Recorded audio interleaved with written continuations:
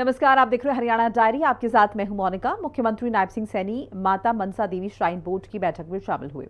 उन्होंने पहले और दूसरे फेज के काम का फीडबैक लिया और बचे हुए काम को तुरंत पूरा करने के अधिकारियों को निर्देश दिए। मुख्यमंत्री ने माता मनसा देवी परिसर में चल रहे विकास के कामों की समीक्षा की। आने वाली नवरात्रि से पहले जरूरी इंतजाम पूरे करने के लिए मुख्यमंत्री नायब सिंह सैनी ने माता मनसा देवी श्राइन बोर्ड में चल रहे काम की समीक्षा की। बैठक में यूएलबी मिनिस्टर विपुल गोयल, पूर्व स्पीकर ज्ञानचंद गुप्ता, कालका से बीजेपी विधायक शक्ति रानी शर्मा मौजूद रहीं। माता मनसा देवी मंदिर पंचकूला में श्री माता मनसा देवी श्राइन बोर्ड विकास का काम करवा रहा है।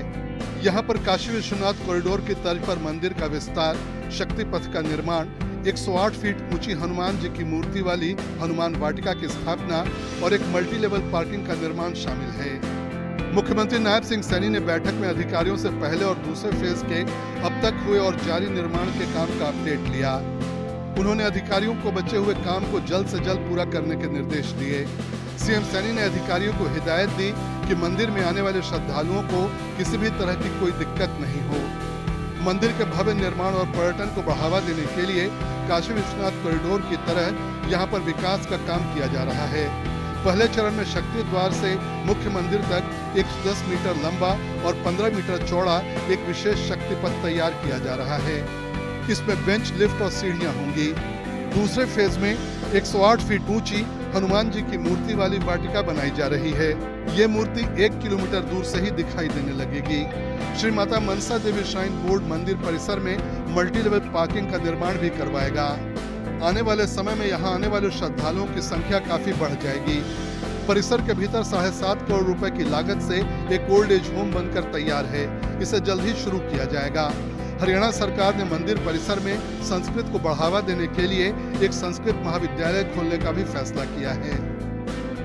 ब्यूरो रिपोर्ट, हिंदी खबर। मुख्यमंत्री नायब सिंह सैनी ने अपने ट्विटर हैंडल से अपने कार्यक्रम के बारे में जानकारी दी। उन्होंने कारगिल युद्ध के वीर कैप्टन विक्रम बत्रा और जम्मू कश्मीर में आतंकियों से मुठभेड़ में वीरगति को प्राप्त हुए हरियाणा के सपूत लांस नायक नरेंद्र सिंधु को श्रद्धासुमन अर्पित किए। आधुनिक हिंदी के पितामह भारतेंदु हरिश्चंद्र को भी जयंती पर उन्होंने नमन किया। हरियाणा ने जो राहत सामग्री हिमाचल भेजी है वो वहां पहुंच चुकी है।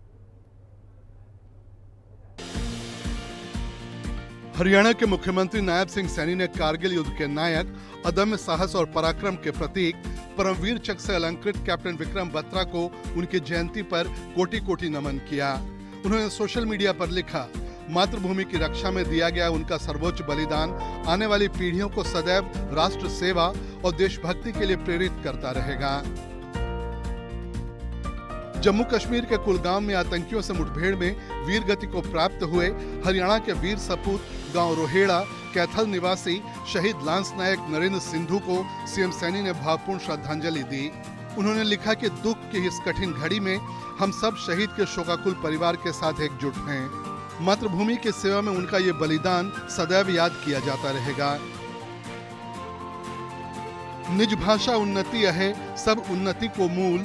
आधुनिक हिंदी साहित्य के पितामह, मातृभाषा की सेवा करते हुए मातृभूमि की आराधना करने वाले अनन्य साधक, कवि, लेखक और नाटककार भारतेंदु हरिश्चंद्र की जयंती पर मुख्यमंत्री नायब सिंह सैनी ने नमन किया और लिखा, उनकी कालजयी रचनाएं जनमानस को भाषा और राष्ट्रीय अस्मिता के प्रति सजग और समर्पित रहने की सदैव प्रेरणा देती रहेंगी। भारत में श्वेत क्रांति के जनक, पद्म विभूषण से अलंकृत डॉक्टर वर्गीज कुरियन की पुण्यतिथि पर सीएम सैनी ने सादर नमन किया।